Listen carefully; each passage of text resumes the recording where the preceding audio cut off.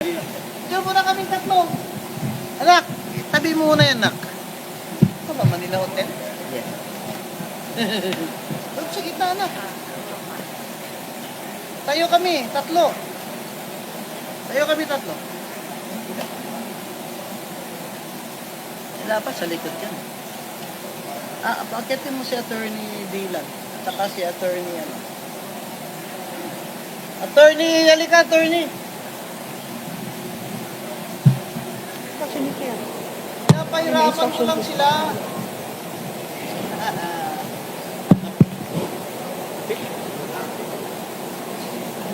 Ha? Ayun tayo.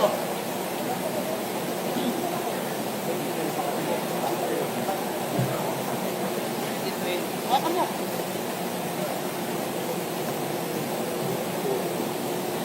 Okay.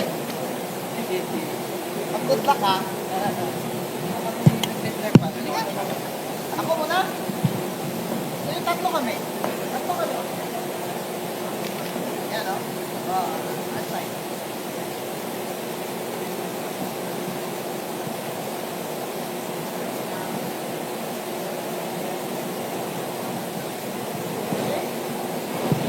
Okay na? Okay. Solo ako. Alam mo ako solo. Saan lang to? First time, di ba?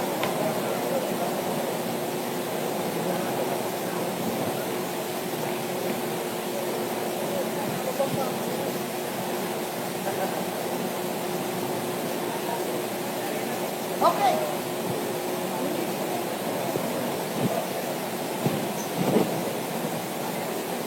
Okay? Ha?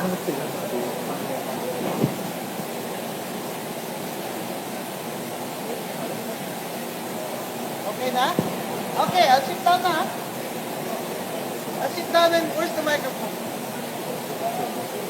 Dito, dito. Salbahan. Napahirapan ko lang. You got the Philippine Star? I see my comment there on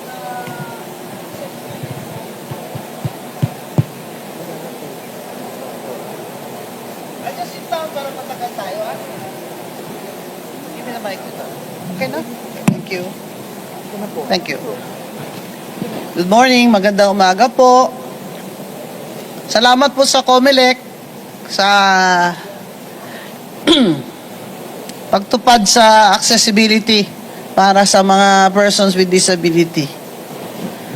Ako po si Attorney Maria Rowena Guanzon, ang first nominee ng P3Pwd Partylist.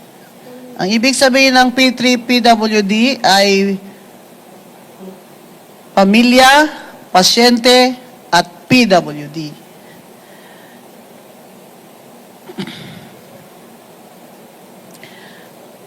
We are a party list that is advocating and will work for the rights and welfare of persons with disability and their families.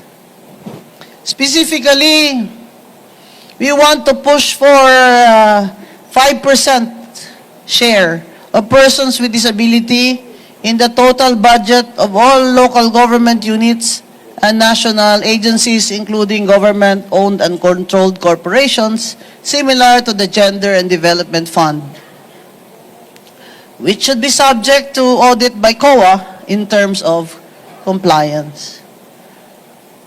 Another is social pension, or the monthly pension of persons with disability from the national government, and for LGUs that are first class and second class, this should be required also, in addition to the national government's monthly social pension to persons with disability, especially those that are homebound, those that are, for example, are stroke survivors and have cerebral palsy, especially the children. We want to double the budget of the SPED, the Special Education Department, which now stands only at 500 million. And last year, we fought for the reinstatement of that budget in the Senate because the House gave a zero budget to the DepEd for SPED. Our reasons are as follows. There are only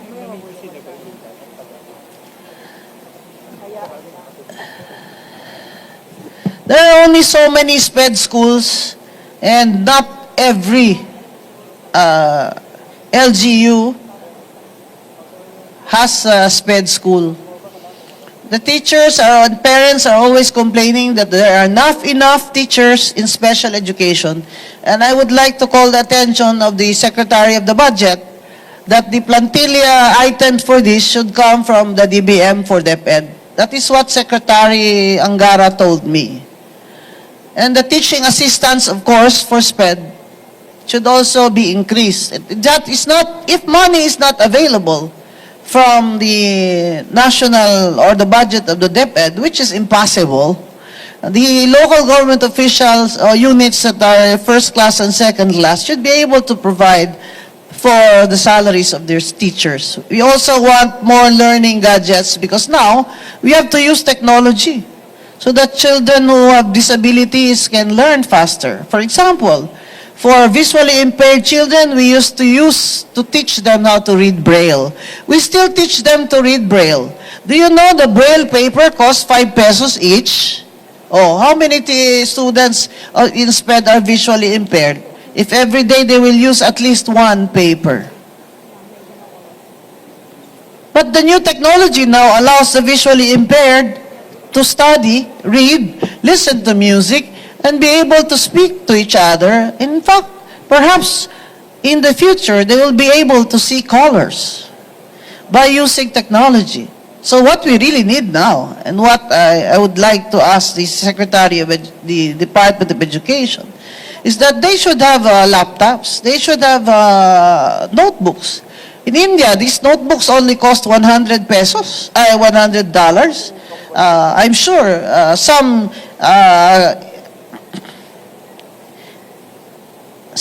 scientist or programmer in the Philippines can invent a cheaper notebook for our children who have visual and orthopedic disabilities. Do you know the P3Pwd, we give out, if we have donors, laptops, old laptops and notebooks to children who cannot walk but they want to go to school.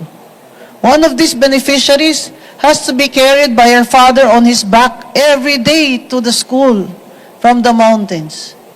So now we have to make sure that all of these are in the national budget. The other thing is, we also want to work for issues that are of national interest.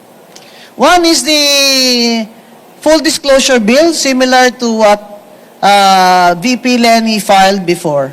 The other is the anti-EPAL bill that was filed before by my principal, Miriam Defensor Santiago. The other is racketeering, anti-racketeering law, the RICO law, RICO in the United States, which we don't have yet, although we have the Anti-Money Laundering Act. And what I really want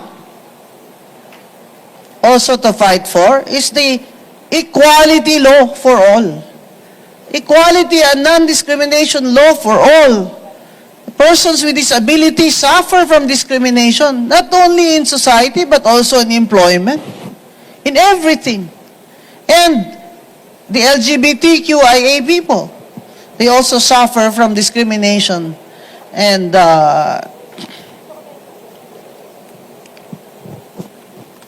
other negative treatment because they are gay. So, you want a law that will make it a crime to discriminate against any person by reason of their sexual orientation, by reason of their situation in life, race, gender, sexual orientation, disability, ethnicity. A lot of our indigenous people are discriminated because they look different from us. Because many of them are not as educated. Because many of them are still remain poor, and that is because their lands were land grabbed. I want to announce for the first time that I am an indigenous woman. I have traced my roots up to 5th generation that I am descended from a Bukidnon Magahat on my father's mother's side. Because you know, my grandfather, who was a mestizo, was an illegal logger. So he had always had to go to the mountains. So I am very proud to say, nakatutubo ako. I am very proud to say, Bukidnon ako na Magahat. I'll tell you a story. You know what the Magahat is? Magahat is like an upper class among the Bukidnon. You are Bukidnon, but you become Magahat if you have killed your fellow tribesmen because they have offended you or your family. So in other words, under their customary law, killing was a badge of honor if it is for justice. Indigenous people suffer from land grabbing, aside from discrimination. There has to be a law that will make it easier for them, for their ancestral tribal lands to be titled.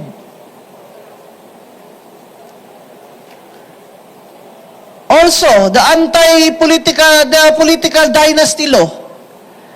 This is already too much. And you know, I have many friends in Congress and this is not personal. Congressman ka na, ang party list sa district mo, mo pa? Ano man na sobra na? Ikaw na ang congressman, ang anak mo rin ang party list dyan? And that is not what the Constitution envisioned for the party list. It was supposed to be, it was intended for the marginalized sector. That is why I chose the persons with disability.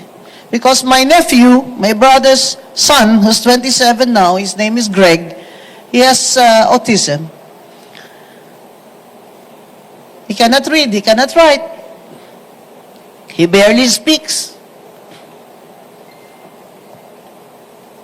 But God is good. Greg is perfect. Among children with disabilities, ang pinakamarami po yung may autism. Kaya yung mga SPED schools, kailangan po talaga yun. Ang next ay children with Down syndrome who need heart surgery all the time. Many of them are also epileptic. Anong ginagawa ng gobyerno? Kulang na kulang yung government hospitals sa services at saka kulang yung mga guarantee letters or payment for free hospitalization ng mga batang who need surgery, especially heart surgery. May nakalimutan pa ba ako? Wala na? O sige, magtanong na kayo. Alam ko naman ang gusto nyo eh. Yes, ma'am, Commissioner. First question is from Jairo Rappler. Pero Rappler, nasan si Paterno? Asan siya? I am the assigned reporter for today. Ay, hindi pwede. Dapat nandito siya at sabay siya pakulong sa akin. It's no longer Gusto ko nga, nandito si Leila eh. Mapicture kami. Si Leila yung kinulong. Ako yung gustong ipakulong. Sabi ba kay Paterno, pag ako'y nakulong, sasama siya. It's now covering faith and religion, ma'am. Ma'am, for my question, ma'am, you weren't able to sit at the House after Cardema blocked your proclamation. For the record, ma'am, for those who are asking, ma'am, may mga nagsasabi po na bakit hindi na daw po kayo nag-sidestep para makaupo sana yung mga original nominees, ma'am. Can you clarify that po? Sidestep? Ako? Opo. Di ba may nag-substitute po kayo after the... Yeah, because the first nominee was our chair, was a polio survivor, survivor of breast CA. Her daughter had stage 4 aggressive breast CA. So she could not sit. So she told me, since you have been advocating for PWDs and you're retired now, why don't you just campaign for us to? Because I'll campaign for you. So I campaigned, di ba? And then she decided hindi talaga kaya because they'd go to the hospital three times a week eh. So, hindi talaga kaya. So, that's a fact. Hindi yan namin lie. Ano bang lie sa Tagalog? Ha? Gusto? Lie? Like? That's not a lie. Like kasinungalingan, ma'am. Hindi yan kasinungalingan. Totoo yan. Sidestep ako para makaupo siya. Eh siya naman talaga dapat uupo. Nag-take out na nga siya. Eh si Grace Ineza, taga-UPBA, consultant of the ADB. Brilliant people in P3Pwd. Brilliant and accomplished people. We have family members who have disabilities. Totoo kami. We are a genuinely marginalized sector. Totoo yan. Hindi kami kontraktor, kagaya ng iba dyan. Na kontraktor na ito, nagpa-partylist, di na kayo nahiya. Ang dami nyo ng pera. Gusto nyo pa mag-congressman kayo para lalong dumamay ang pera nyo?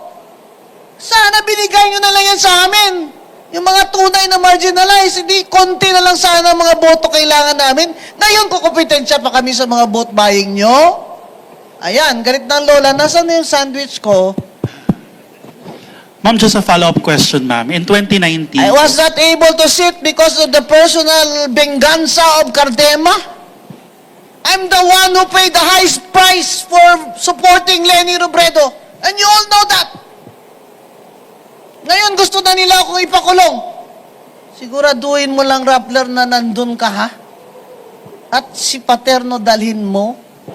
Dahil hindi ako papayag na ako lang makukulong. Sama si Sandra Aguinaldo. Nasaan si Sandra? Sabihin nyo sa kanya, ni-roll call ko siya dito. Pag ako'y naaresto, kailangan yung dalawang yan kasama ko sa kulungan. Dahil freedom of speech ang depensa ko dyan. Aside from, there is no law punishing. How can you indict me for a crime, graft, that there is no law punishing disclosure of the name of the ponente as a crime? That is a Supreme Court rule. They contempt me, disbar me, but send me to jail. On graft, dahil hindi naman ako kumita kahit 5.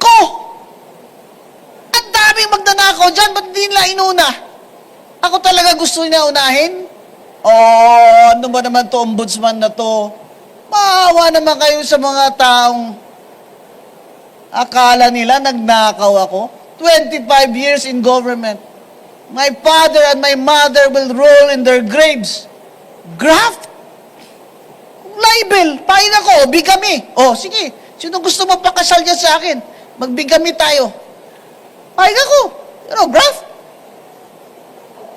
By telling the public that may nakikialam sa integrity ng Commission on Elections, which should be an independent body.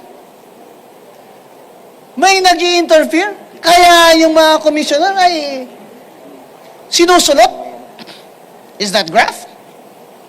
Never mind. I'm going to the Supreme Court on a petition for certiorari, and I pray that the Supreme Court will grant me a temporary restraining order.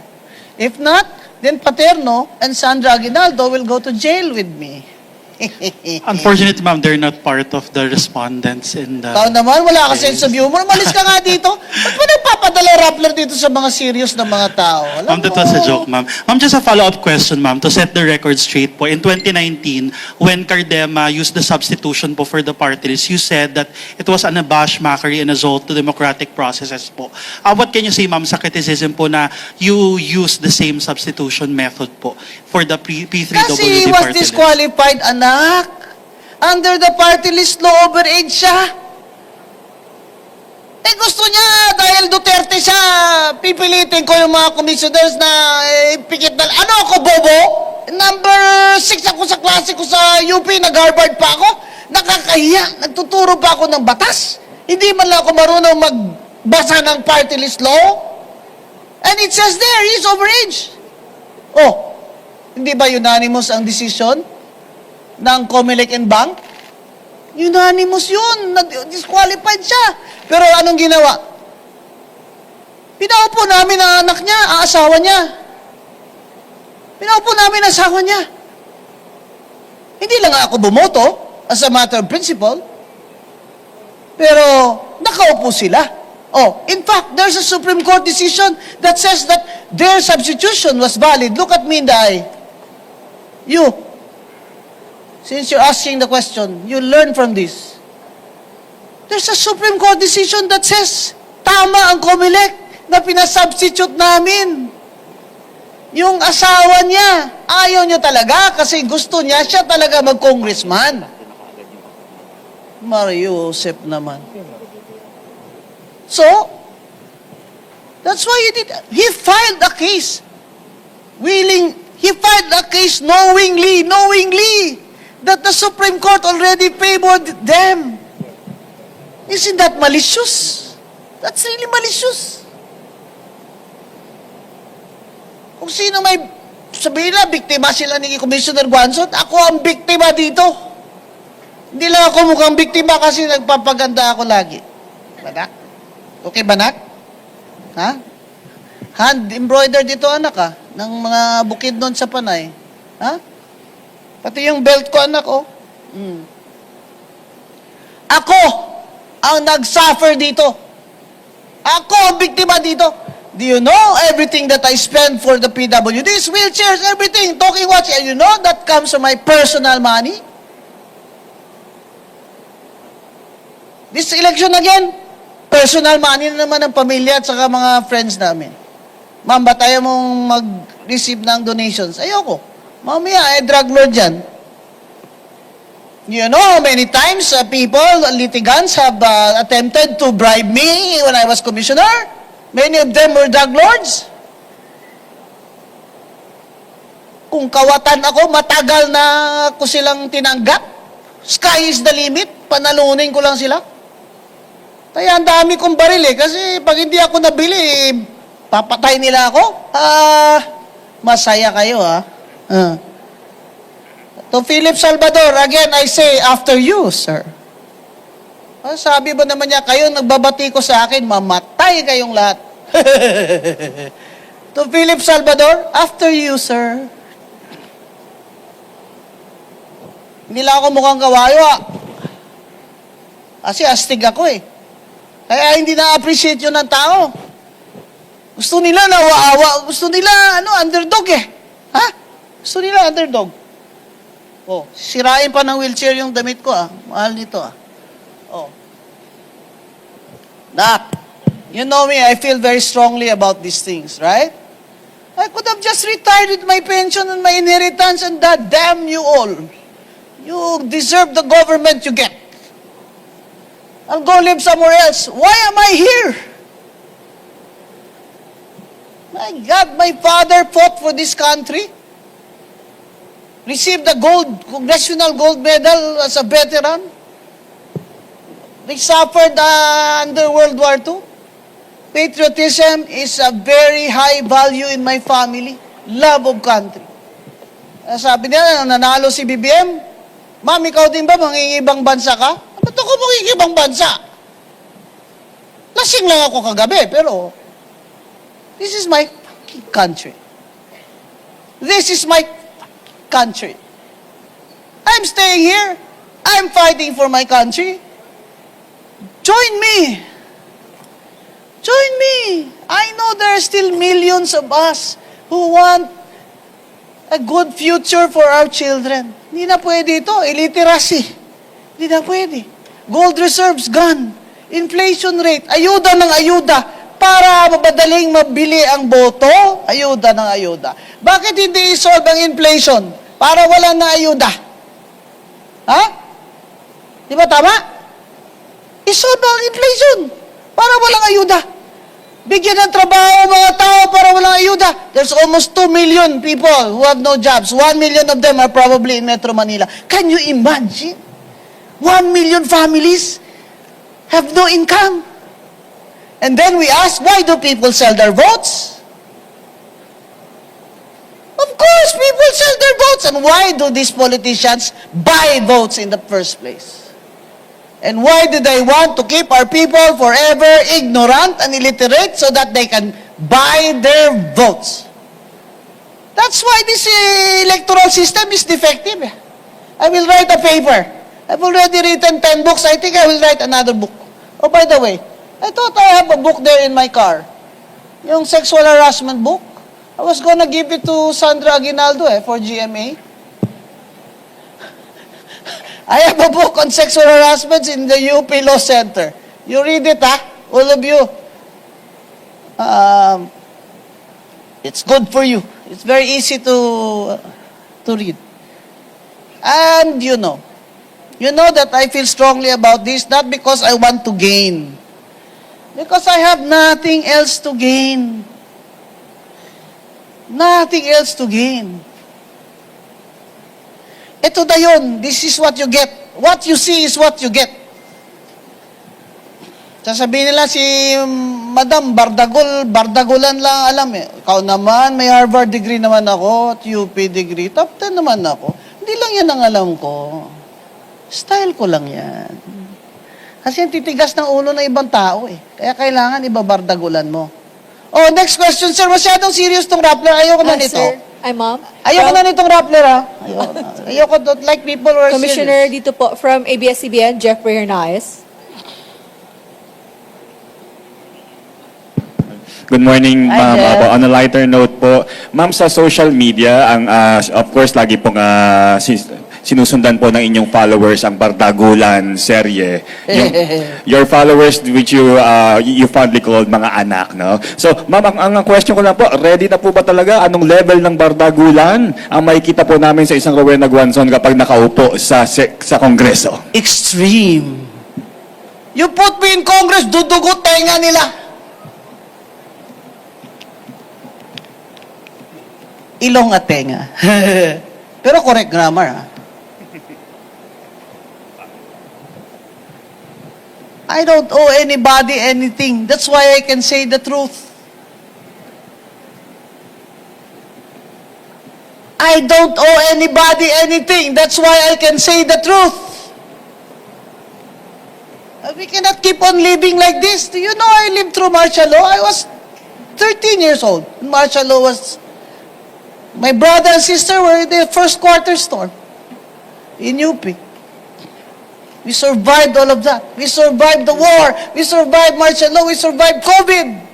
But we will not survive a failed democracy. Oh, now I'm sounding like Maria Ressa, ha? We will not survive a failed democracy. Ang bongga, lecture ba ito o ano? Interview. Next question. Anyone? Sino pa po? Okay. Please go ahead, sir. Hi, ma'am. You said po na with the quality ng COC filers niya, namimiss niyo po si Miriam Defensor Santiago. Oh, namimiss ko eh. Kasi I was her chief of staff, you know. I really miss her. At saka, hindi lang yung style eh, yung the humor, the satire, saka yung yung wala siyang sinasanto in Tagalog, no? Wala siyang sacred cow. Diba? Kaya, nakita ko nga may nag-file na katutubo, di ba? Ang ganda. Saka ganun talaga, dapat. Kaso nga, the electoral system is, has many defects, weaknesses. Kaya tayo nagkakaganito eh.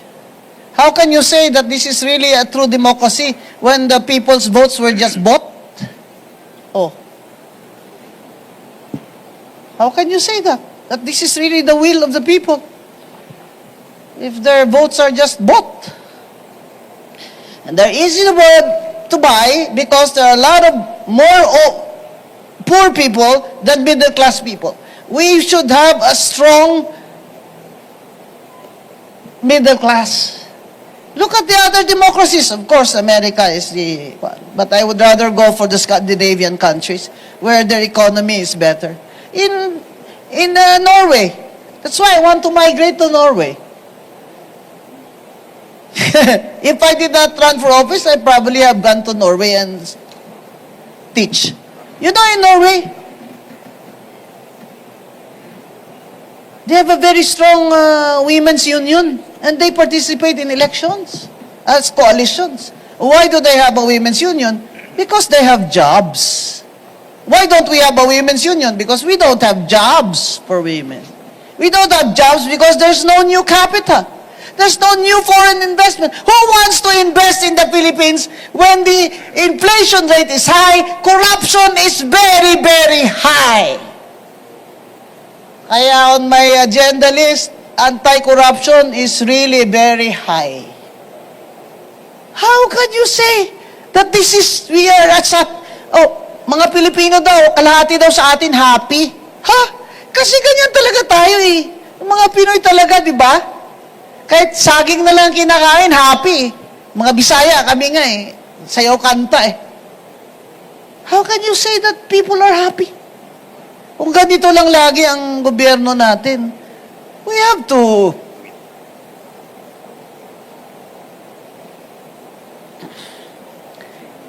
improve the standard of living ng tao. Hindi pwede yung hindi na ito decent living standards. Ewan ko, in my lifetime, kung makikita ko pa ito, 67 na ako eh. Probably, I'll be in office 3 years or at most 6 years. Pero, sige, bigyan mo ako 1 million votes, takbo ako senador. Oo. Diba? Kaya! Si JPA nga, 100 na eh. Kaya pa! Next question. Any more question from the media, please? The economy. Ask about the economy. Ano pa? Okay. Anyone? Ma'am, Commissioner, wala na pong question. So, di ko alam anong sound bites ang nakuha nyo. Pero, I hope you got it all.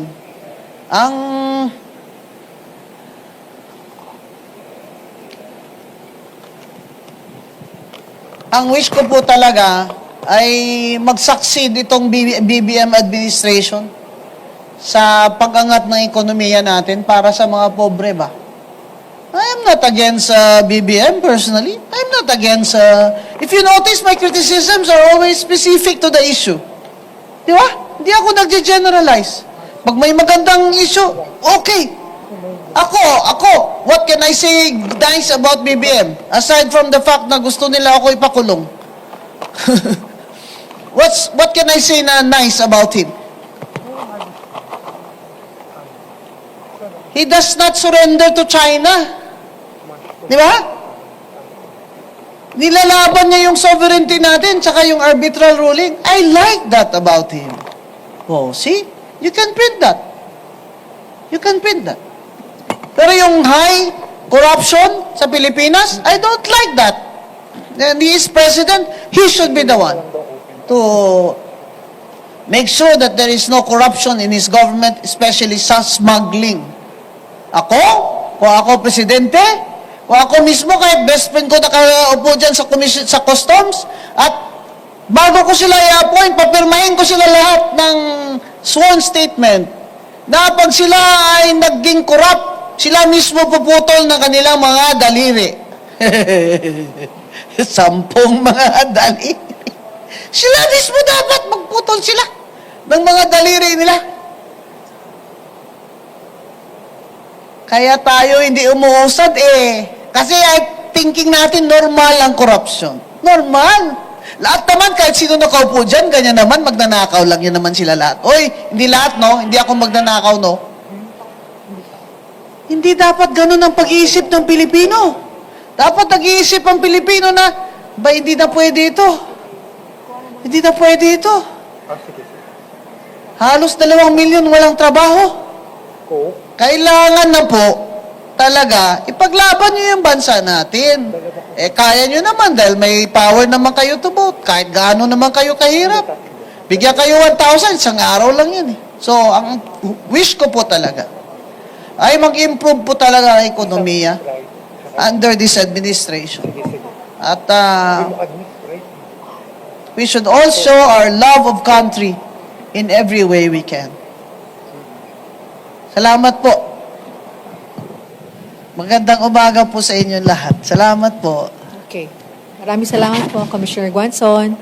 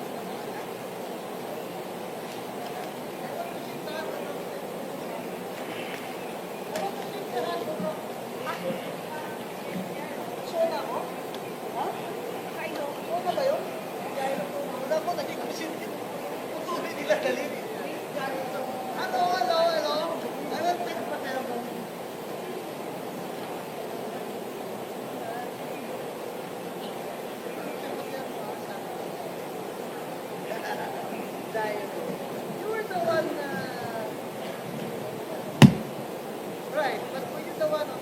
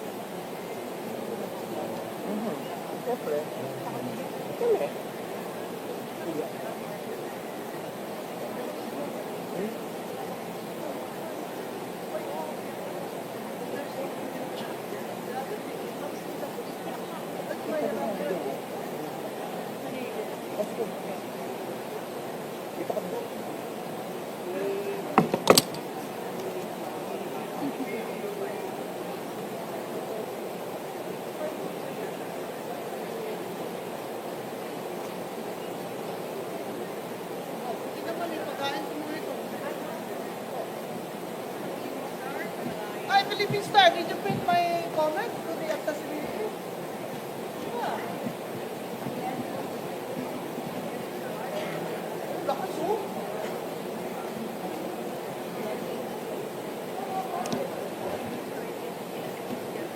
Of course. Nangangampanya ka ba? Oh, yeah. Am I the only candidate shaking your hand?